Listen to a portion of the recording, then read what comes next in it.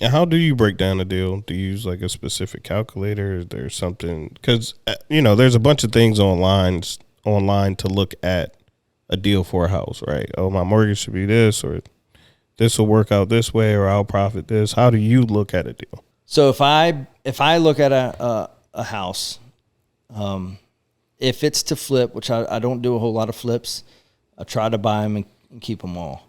But if it is a flip, or either way, if it's a hold or not, the highest I will pay on that house is 70% of the market value, because the bank is only going to give me 80% of the market value to buy it. Right.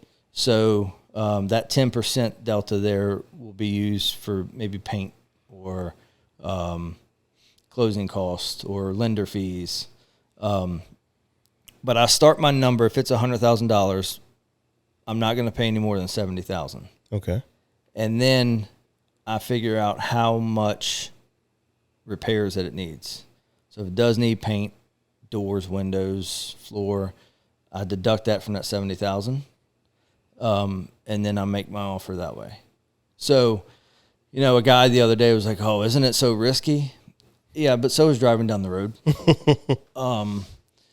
And so, if you buy something at $70,000, you're already got, or at 70%, you've already got 30% of equity in it. Equity is really useless to people who know the game. But the banks will give you up to 80% loan to close or loan to value. And so there's a 10% delta there that you can pay your lender for their fees. And that's, again, if you just start at 70%. It's June. Towards the end of last year, I was like, I don't know what the market's going to do, so maybe we'll drop down to 60 to 65%. And then I was at work for 3 months this first quarter, and I was like focused in on fire department stuff. So I really didn't look at anything unless it was 50%. So, I tried to stay at that 70% level to where we don't pay anything above 70%. We got an appraisal back last night while we were at dinner, and it came back at almost 100% value of what we were paying was basically what the appraisal is. Wow. So that's not a deal for us anymore. Now I could go back and push against some of the stuff that they used and get another appraisal. And I'm not sure how I'm going to do that, I'm not sure if I'm going to do that, because that property is cash flowing really well with a tenant that's been there for 7 years. And it meets the 1% rule. It's better than the 1% rule. So, the cash flow is good, but the value of the property is not good. But at the end of the day, if the tenant is paying the mortgage, I don't care. But I'll still leave a lot of money in that deal for the next couple of years, and I won't get my down payment back. So what I guess you're out getting these deals, like you talked about Grant Cardone. Is that really the life? Is that a lifestyle thing that you're trying to achieve, or is that the end goal for you? The lifestyle that I want is, I don't ever see me not working or not doing something. Now that I've got my eyes set on a date where I'm gonna separate from the fire department. I'm separating from them because I can have my time. My most important thing to me is my time. Right. And being able to dictate what I want to do with my time instead of what somebody else wants me to do with my time. And if I can do that, then I'll be happy. And that means I can take a week or 2 weeks or a month off and go to Cancun, or if I want to put my nose to the grinder and buy 10 properties, I'm in control of what I want to do then. Right. So I don't think that I want a big thing like Grant Cardone or the bigger pockets guys. You sure? No, I'm not. I mean, because some days I'm like, I don't want that. I just want enough to to keep my lifestyle up. Right. And some days I'm like, there's so much opportunity out there. Why would I not? You know, we have a business that we work with for our marketing, or not our marketing, it's marketing, trying to get people to buy or sell me their house. And the other day I was like, look, I think I'm going to cancel one of my VAs or my VA contract with them, because I don't want to be this big, huge wheel that I have to pay attention to every day and every week. Right. Because then I've lost the reason why I'm going to leave the fire department. I'm going to have to leave one job to work at another. Right. You definitely don't want to be a super boss or whatever it's called. Yeah. And so I typed up this email like, hey, we're going to cancel this contract with this VA. She's done great, done absolutely wonderful. It has nothing to do with her. The market is really weird. You know, everything is expensive right now. And I just want to cancel that for a couple months, focus on this next business I just started. And then I was like, you know what? I'm not going to do that. You started another business? Yeah, we started a trash business, dumpsters. So what's the name of the real estate business? The name of the real estate business is, it's KMX for Enterprises. Okay. And under that, we have a house flipping business. Okay. We have rental properties. Okay. And then we'll wholesale as we can. We don't want something. Okay. And is that in the DMV, or where is that business really? That is in the Richmond metro area. Okay.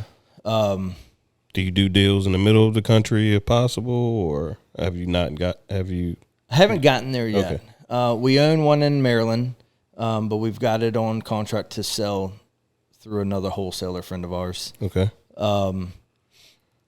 It intrigues me what these guys are doing, where they're buying a house from Richmond and they're buying it in Detroit or Ohio or Florida without seeing it. The one that I bought in Maryland was without seeing it after a couple shots of rum one night on Facebook. And then I was like, well, it's so cheap, might as well keep going. But now that I can't sell it that easy, I'm finding out why it was only a couple $1,000s on Facebook. And it was sight unseen. Right. Last question that I always ask, because we pretty much traveled through you being a popular guy in school. I'm joking. Doing for others instead of yourself. And now you're out here starting a whole nother business. Well, I have like 3 more questions, because ask them. You're starting another business. There's something called single-minded focus, right? And you're a jack. You could do a bunch of things and multitask. Most men, I don't know that. I don't know most men multitask, or at least I don't believe it, right? How are you, you're 2 years into your real estate business. How are you so comfortable just starting a whole nother business, right? Don't you want to build? I mean, obviously you're going to do these things long term, but you're talking about tying up your time, running the business. It takes a lot of time to get that thing going. Yeah. I will run a business. I will not let a business run me. So when I partnered with a guy on this dumpster business, I said, I am only going to set this business up and get it operating, and then I am going to turn it over to somebody who can operate it efficiently, and then I will just check in with it and manage it from like the 50,000 foot view, 100,000 foot view. I told him up front, I'm not going to be going to the dump every day. I'm not going to be dumping dumpsters or picking them up or dropping them off. But that I am doing all of the back end work, which is, it's labor intensive, right? Right. And I'm going to do all of that and get it all set up. But there are certain things that have to happen to get there. And then once we get there, I'm going to turn it over to somebody else and train them on how everything works. What that'll give me is gives me my time back, and I'm going to start another one. The house flipping side of our businesses, I go there. We've got one that finished a couple of weeks ago and was on the market for maybe a week before it was rented. I went there a couple of times and checked on it.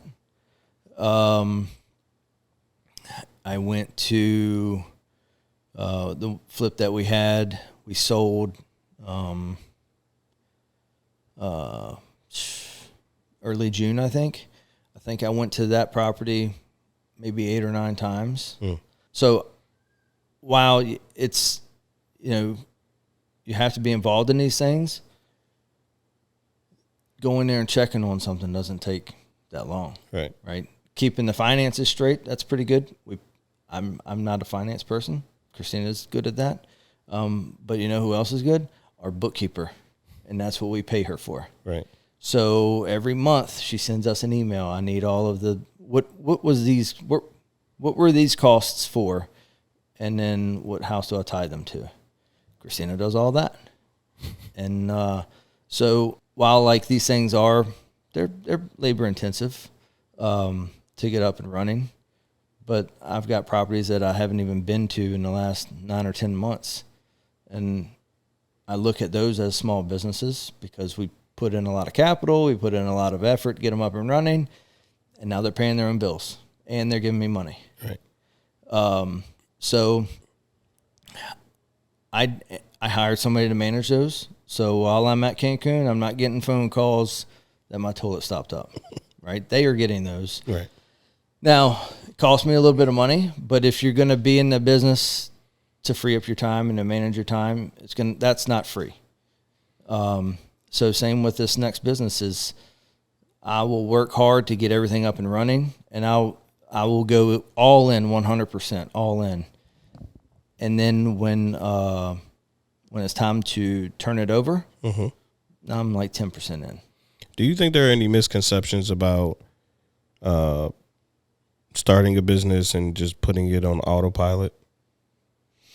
Like, do you believe that is purely as simple as you're making it seem? Oh, hell no. No. So there's a level of time invested into, although you may have the systems and, standard operating procedures, you may have those things in place. There's still a standard amount of time or a decent amount of time that goes into making that thing run. Yeah, nothing is free. I mean, unless you go and you sell it and you keep royalties or something like that. But when you build something that big, like that's the effort that you got to put into it. But then you've lost everything else. You're just making some royalties, which are only a portion of what the guy who bought it is making now. Right. So, I think that it's definitely not as easy as what it sounds, what it seems. But I don't think it's crazy. Like, you think it's doable? Oh, 100%.